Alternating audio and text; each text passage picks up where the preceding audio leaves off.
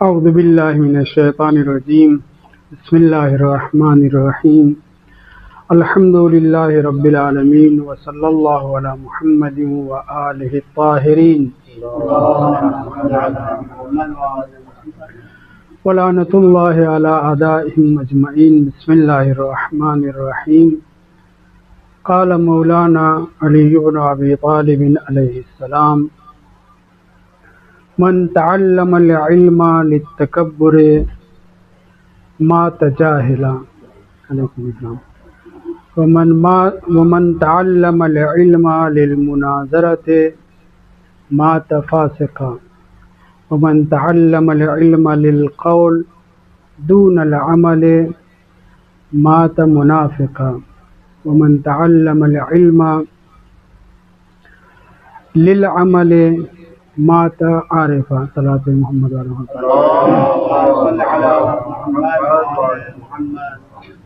ہماری لائن جو مذہبی تعلیم کی لائن ہے بہت ہی سخت اور دشوار لائن ہے۔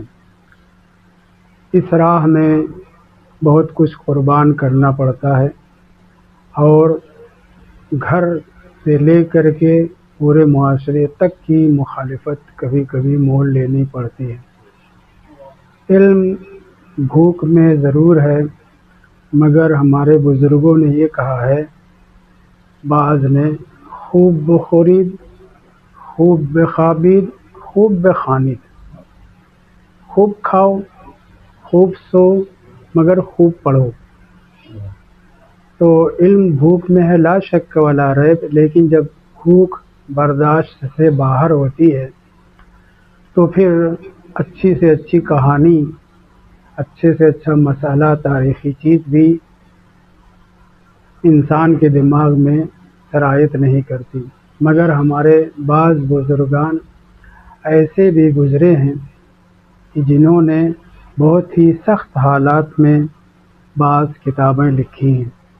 انہی میں سے ایک بزرگ، میں جلد بازی میں نام نہیں دیکھ سکا، کتاب کا نام یاد رہ گیا، براہین العقول کتاب کا نام ہے۔ کئی جلدوں میں یہ کتاب ہے۔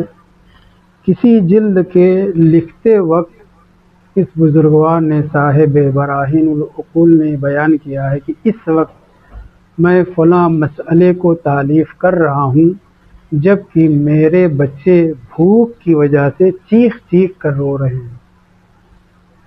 تو علم بھوک میں ہے، صرف انسان خود بھوکا رہے برداشت کر سکتا ہے، لیکن اگر اولاد بھی بھوکی ہو، اولاد رو رہی ہو، چیخ چیخ کر کے رو رہی ہو، تو اس وقت انسان کا دماغ کام نہیں کرتا۔ مگر اس صاحب کتاب نے براہین العقول کو ایسے حالات میں رقم فرمایا ہے۔ تو یہ جو روایت، یہ جو حدیث میں نے آپ کے سامنے ذکر کی ہے، اس کے ایک ایک فقرے کے اوپر توجہ کی ضرورت ہے۔ فرماتے امیر المومنین علی بن ابی طالب علیہ السلام، من تعلم العلم للتکبر، علمی دبدبہ، روب، گھمنڈ، نخوت وغیرہ کے لیے جو علم حاصل کرے گا، مات جاہلا، وہ بھلے ہی پڑھ لکھ کر کے بڑی کتابیں پڑھ لے، پڑھا لے، لیکن وہ مرتے وقت کورا مرے گا، جاہل مرے گا۔ یہ امیر المومنین اسلام کا بیان ہے۔ دوسرا فقرہ، من تعلم العلم للمناظرۃ، مناظرہ ایک وہ ہم کرتے ہیں جو حقانیت ثابت کرنے کے لیے اپنے مسلک اور مذہب کی، وہ تو پسندیدہ چیز ہے۔ جادلہم باللتی ہی احسن، مناظرے کے اوپر کتابیں لکھی گئی ہیں۔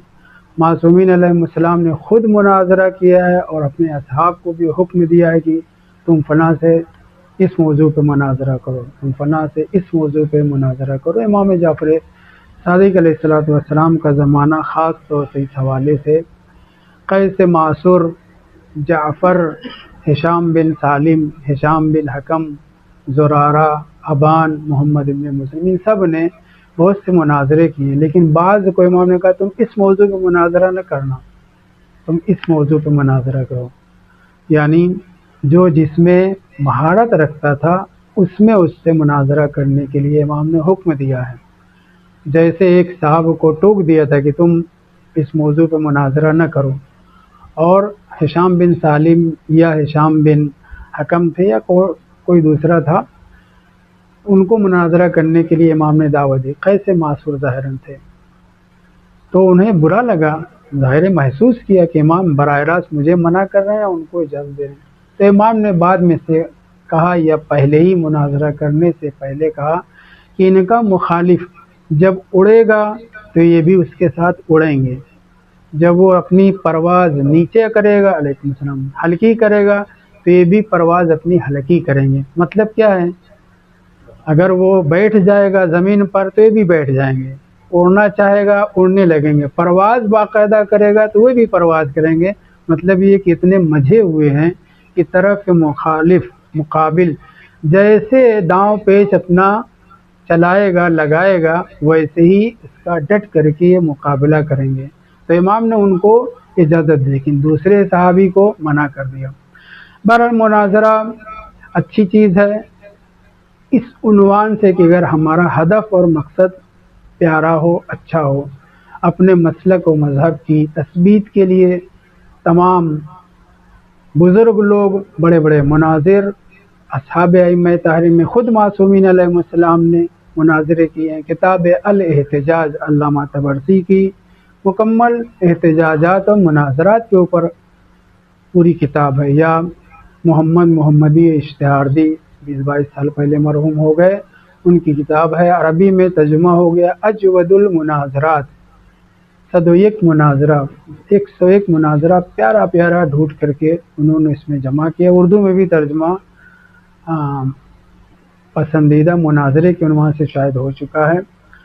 دوسرے ہمارے ایک استاد بزرگ، ان کا بھی میں وہیں پہ تھا یا تبلیغ پہ گیا تھا تب انتقال ہوا ہے، علامہ آیت اللہ احمدی میانجی، ان کی 3 موٹی موٹی کتابوں میں مواقف الشیعہ کے نام سے مناظرے شیعوں کے، جہاں جتنا ان کو ملے وہ پوری لکھ ڈالا، مواقف الشیعہ۔ تو مناظرہ پسندیدہ چیز ہے اگر حقانیت ثابت کرنے کے لیے ہو، لیکن مناظرہ اگر سامنے والے کو نیچا دکھانے کے لیے ہو، سامنے والے کو، علیکم السلام، تعلیم حاصل کرنا اس لیے کہ ہم اپنے ہم مباحث کو، اپنے ساتھی کو یا دوسروں لوگوں کو کیا کریں، نیچا دکھانے کے لیے، مقصد جو ہے تثبیت حق نہیں، اثبات حق نہیں ہے، تو اس کے لیے امام فرماتے ہیں امیر المومنین علیہ السلام، مات فاسقہ، ایسا انسان اگر مناظرے کے لیے علم حاصل کر رہا ہے، مناظرہ ذہن میں رہے کہ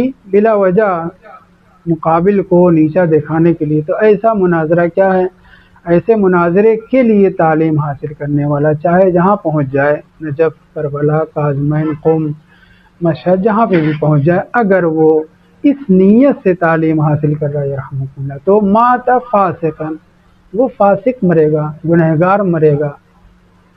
اگلا فقرہ، ومن تعلم العلم للقول دون العمل، لیکن اگر کوئی آدمی علم حاصل کر رہا ہے لیکن صرف تقریر کرنے کے لیے، صرف بولنے کے لیے، صرف دوسروں کو سنانے کے لیے، دون العمل، ہم آپ سب اس سے جو ہے روبرو ہوں گے، ہوتے ہیں، عمل کے لیے نہ ہو بلکہ کس لیے ہو، صرف بات کے لیے، جیسے آدمی وہ ایسی چیز پڑھے گی جس کے ذریعے سے وہ اسی کام پہ لگ جائے، جیسے بہت سے لوگ بہت سے امور انجام دیتے ہیں تو اسی کام میں لگنے کے لیے، کوئی امتحان دیا، بہرحال کسی چیز میں مہارت حاصل کرتے ہیں وہ اسی مقصد کے لیے کہ ہم وہ کاروبار یا وہ چیز کر سکیں، میری طرف متوجہ رہیں۔ امام کیا فرماتے ہیں، من تعلم العلم للقول دون العمل، عمل کے لیے نہیں سیکھ رہا ہے، دوسروں کو سنانے کے لیے، صرف تقریر کرنے کے لیے، صرف دوسروں کو بیان کرنے کے لیے، اگر عمل بھی کر سکتا ہے جتنا بہت اچھی بات ہے، اگر عمل نہیں کر سکتا ہے تو یہ بھی ذمہ داری ہے کہ جو ہم کو معلومات فراہم ہوئی ہے کہہ کے کہ بھائی یہ بھی ہے حکم۔ تو اگر آدمی صرف بولنے کے لیے، صرف دوسروں کو سنانے کے لیے تعلیم حاصل کر رہا ہے، عمل کے لیے نہیں، ماتا منافقہ، صریح طور پر کلمہ استعمال ہوا ہے، یہ آدمی منافق مرے گا، بہت بڑا مثلا عنوان ہے۔ حتیٰ کافرین و مشرکین سے بھی زیادہ شدید عذاب ہے منافق کے لیے۔ منافق کی بڑی قسمیں ہیں، بہت سے اسباب ہیں، ان اسباب میں سے ایک یہی کہ اگر ہم تعلیم حاصل کر رہے ہیں بولنے کے لیے، بیان کرنے کے لیے صرف، اور اس کے اوپر عمل پیرا نہیں ہے، میں پہلے اپنے آپ کو کہہ رہا ہوں پھر آپ سے مخاطب ہوں، تو مات منافقہ ان المنافقین فی الدرک الاسفل من النار، مشرکین کو نہیں، کافرین کو نہیں، بلکہ منافقین، اور جتنے اسٹیٹس والا ہوگا منافق، جتنا بڑا منافق ہوگا اتنی ہی جہنم کی کھائی میں، اتنے ہی زیادہ تابوت میں، اور جو 7 تابوت ہیں، تابوت ایک تابوت میں، تابوت در تابوت، اس میں 7 لوگ ہیں، اور اس میں سے آپ حضرات کے طیبہ حضرات بھی 2 عدد ہیں۔ تو جتنے بڑے منافق ہوں گے اتنے ہی خطرناک عذاب جہنم ہے۔ ان المنافقین فی الدرک الاسفل من النار۔ تو اگر کوئی آدمی علم حاصل کر رہا ہے صرف بولنے کے لیے، بڑبڑانے کے لیے، اپنے آپ کو منوانے کے لیے، اگر عمل کے لیے نہیں، ہمارا پہلا ہدف جو ہے علم حاصل کر کے، سمجھ کر کے اس کے اوپر عمل کرنا ہو، میں پہلے اپنے آپ کو کہہ رہا ہوں، پھر اس کی نشر و اشاعت بھی زکوٰۃ العلم میں نشر ہو، علم کی زکوٰۃ ہے ہمارے اوپر واجب ہے، جیسے زکوٰۃ مال واجب ہے، یہ لفاظی نہیں ہے، معصوم کے دہن اقدس سے نکلے ہوئے کلمات ہیں۔ تو علم کی زکوٰۃ بھی 20 سال 25 سال 30 سال اور ایک امثلہ بھی پڑھانے کے لیے تیار نہ ہو، یہ درست نہیں۔ میں اپنے احباب سے کہتا رہتا، چاہے ایک کتاب چھوٹی سی کوئی بھی پڑھائیں، پڑھانے سے علم بڑھتا ہے، علم میں نمو ہوتی ہے، بہت سی چیزیں آپ مجبور ہوں گے مطالعہ کرنے پر۔ واقعہ سنا ہوا ہے کہ کسی نے سال 2 سال یا 3 سال کے بعد اپنے باپ کو خط لکھا کہ میں عالم ہو گیا، معلم ہو گیا، اور اس کے بعد 2-4 سال کے بعد پھر لکھا کہ میں طالب علم ہو گیا۔ باپ پریشان، یہ کیا ہو گیا؟ پہلے لکھا تھا کہ میں عالم ہو گیا ہوں، اب لکھ رہا ہے کہ میں طالب علم ہو گیا ہوں۔ تو اس نے خط کے جواب میں وضاحت کی، پہلے میں عالم اس لیے کہ ہر ایک جو بھی چیز پڑھائی جاتی تھی کوئی نہ کوئی نقطہ نکال کے استاد سے سوال کرتا تھا، استاد جا کر کے پڑھتے تھے میری وجہ سے، تو میں پڑھانے والا ہوا اپنے استاد کو، یہ اشکال وہ اشکال، یہ اشکال وہ اشکال، تو نتیجے میں جا کر کے خوب مطالعہ کرتے تھے، خوب پڑھتے تھے۔ تو میں اس وقت کیا تھا، طالب علم ہوتے ہوئے میں معلم تھا، پڑھا رہا تھا اپنے اساتذہ کو، اور اب میں پڑھا رہا ہوں، اب میں پڑھا رہا ہوں تو وہی مجھ سے بھی سوالات ہو رہے ہیں، نتیجے میں مجھے آ کر کے خوب پڑھنا پڑ رہا ہے۔ تو پہلے عالم تھا، بعد میں طالب علم ہو گیا۔ خیر، تو عبارت یہ تھی، من تعلم العلم للقول دون العمل، بہت خطرناک جملہ ہے، ماتا منافقہ، ایسا آدمی جو ہے منافق مرے گا۔ ومن تعلم العلم لکثرت المال، جو ہم میں سے بعض کا یہ ٹارگٹ ہوتا ہے، یہ مقصد ہوتا ہے۔ مجھے یاد ہے میں جب فیوز داخلے کے لیے گیا تھا تو آیت اللہ موسی صاحب نے پوچھا تھا کہ آپ کس لیے پڑھنا چاہتے ہیں، مجھے وہ آیت یاد تھی جو ابھی بھی مجھے یاد، قوا انفسکم واہلیکم نارا، میں نے کہا میں اپنے بچنے کے لیے اور اپنے اہل و عیال گھر والوں کو بچانے کے لیے علم حاصل کرنے کے لیے آیا ہوں۔ اگرچہ اس زمانے میں اتنا زیادہ شعور نہیں تھا، لیکن یہ جواب میں نے دیا تھا۔ ہم آپ کا بھی ٹارگٹ کیا ہونا چاہیے، قوا انفسکم، پہلے اپنے آپ کو بچانا، واہلیکم، اہل میں صرف اہل و عیال نہیں شامل ہے، معاشرہ بھی، قریبی رشتہ دار بھی، جتنے سے تعلق ہے۔ بہرحال تو من تعلم العلم لکثرت المال، مال کی زیادتی کے لیے جو علم حاصل کرے گا، یہ بالکل ہدف نہیں ہونا چاہیے، خاص طور سے علم دین کے لیے۔ معصومین علیہ السلام کی روایت موجود ہے کہ جو ہمارا نام لے کر کے، ہمارے ذریعے ہمارے فضائل و مناقب بیان کر کے، ہماری مصیبتوں کا ذکر کر کے اکل کر رہا ہے، کھا رہا ہے، وہ کیا ہے، وہ آگ کھا رہا ہے۔ صحیح ہے، ہم آپ جو ہے عشرے کا خمسے کا پیسہ لیتے ہیں، وہ تو پہلے ہی سے بتا دیا جاتا ہے، لیکن ہدف یہ نہیں ہونا چاہیے۔ من جملہ آ جاتا ہے لیکن ہدف بنائے نہیں، دور کریں اس کو۔ عشرہ طے ہو رہا ہے، آپ نے رضایت دے دی، بات ہو گئی، صحیح ہے، لیکن یہ بھی ذہن میں رہے کہ عاشور کی شب اور روز عاشور کسب اور تلاش کے لیے کیا کہا گیا ہے، ابن ذات کے ساتھ محشور ہوگا، لہذا ایک دن کا کم سے کم نکال لینا چاہیے. وہ عشرے میں طے ہوا ہے تو اگر عاشور کی مجلس ہے، روز عاشور کی، شب عاشور کی مجلس ہے، اس کا ایک حصہ بہرحال دان کر دینا چاہیے کہ وہ حکم جو ہے ہمارے اوپر لاگو نہ ہو. اگر آپ کو 50 ملا ہے تو ایک مجلس کے کتنا پڑا؟ 5,000. 5,000 نکال دیجیے خمس سمجھ کر کے یا جو بھی. ورنہ عاشور کے دن کی کمائی ابن ذات کے ساتھ مشہور ہونے کے برابر. یہ لفاظی نہیں ہے، روایت موجود ہے. خیر، گفتگو یہ تھی من تعلم العلم لکثرت المال، جو مال کی کثرت، اچھا سا گھر ہو جائے، اچھا لباس، اچھا پہننا اوڑھنا وغیرہ وغیرہ. مات زندیقہ، زندیق یعنی کیا؟ زندیق یعنی کافر. زند یہ مجوسیوں کی کتاب کا نام ہے، اسی سے زندیق نکلا ہے. ہم مجوسیوں کو ہمارے بہت سے محققین تسلیم نہیں کرتے، اہل کتاب نہیں مانتے. بعض اہل کتاب مانتے ہیں جیسے یہود و نصارہ، بعض مجوسیوں کو وہ اہل کتاب نہیں مانتے. حالانکہ جہاں زیادہ رہ رہے ہیں وہاں کے لوگ جو ہے مجتہدین علماء اسی اعتبار سے فتویٰ متاثر ہو کر کے دیتے ہیں. وہ میں کھل کر کے نہیں بول سکتا ہوں کیونکہ زرتشتی جن کو ارامنہ کہا جاتا ہے، جن کو مجوسی کہا جاتا ہے، تہران وغیرہ بہت زیادہ ہیں، سمجھ رہے ہیں. تو اتنے پہ میں آگے بڑھ رہا ہوں. من تعلم العلم لکثرت المال، مال کی نیت یہ نہیں ہونا چاہیے ملے ٹھیک ہے، شہریہ راتب یا مجلس پڑھیں گے اس کا ہدیہ آپ کو ملے گا، تقریر کریں گے اس کا ہدیہ ملے گا، چینل پہ جائیں گے اس کا ہدیہ ملتا ہے، اچھا خاصا ملتا ہے. میں تو اس 1.5 مہینے کے درمیان 5 لاکھ سے زیادہ مجھے ملا. تو کثرت مال نیت نہ ہو، اصل مقصد کیا ہو؟ نشر و اشاعت معارف و تاریخ و مناقب اہل بیت طاہرین علیہ السلام ہو. اور اگر ہم نے یہ نیت بنائی، یعنی دیکھیں ابتدا میں جب آدمی تعلیم حاصل کرنے کے لیے جاتا ہے تو بہت کچھ ذہن میں نہیں ہوتا، دھیرے دھیرے نیت چینج ہوتی ہے. یہ سب کے ساتھ ہے. پہلے تو جوش میں کہ ہم تقریر اچھی کریں. تقریر کس لیے اچھی کریں؟ تاکہ اچھا پیسہ ملے. اچھا پیسہ کس لیے؟ تاکہ اچھے سے زندگی ہوئے. یہ تسلسل ہوتا ہے. لیکن جب شعور پیدا ہو، بیدار ہو، تو ہم آپ کو اپنی نیت کی اصلاح کرنا چاہیے. لہذا اس مطلب کو مد نظر رکھیں. امام فرماتے ہیں من تعلم العلم لکثرت المال مات زندیقہ. بہت خطرناک ہے.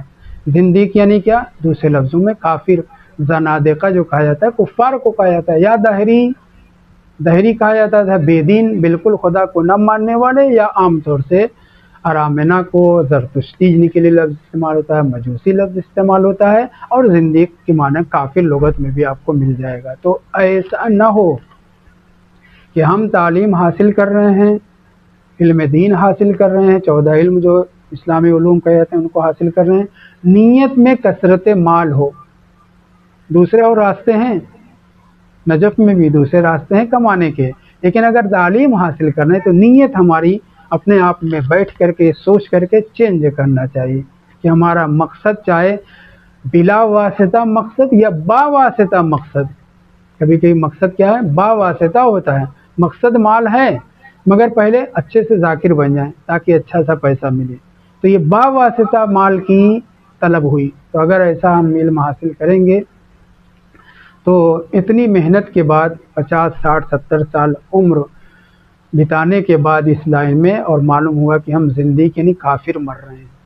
آخری فقرہ اس روایت کا ومن تعلم العلم للعمل، لیکن جو شخص علم حاصل کر رہا ہے عمل کرنے کے لیے، خود بھی عمل کرے، احباب کو بھی عمل کرائے، ملنے جلنے والوں کو، رشتہ داروں کو، جہاں تقریر کرے، جہاں تبلیغ کرے، وہاں کے لوگوں کو عمل کرانے کے لیے خود بھی عمل پہلے ہے، خود بھی عمل کرے، دوسروں سے بھی عمل کرائے.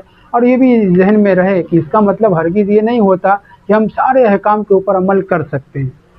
پوری توضیح مسائل 4000 کچھ مسئلے کے اوپر مراجع لکھتے ہیں، سب اس کے اوپر عمل کر پاتے ہیں؟ نہیں. بہت سے احکام ایسے ہوتے ہیں جو آئندہ پیش آئیں تو اس کے مطابق حکم استنباط کر کے عالم نے ہمارے سامنے گویا بنا ہوا کھانا پیش کر دیا. تو نیت یہ رہے کہ ہم عمل کے لیے تعلیم حاصل کریں گے، نشر و اشاعت معارف اہل بیت، علوم آل محمد کی نشر و اشاعت کے لیے ہم یہ کام کریں گے. نیت ایسی کریں گے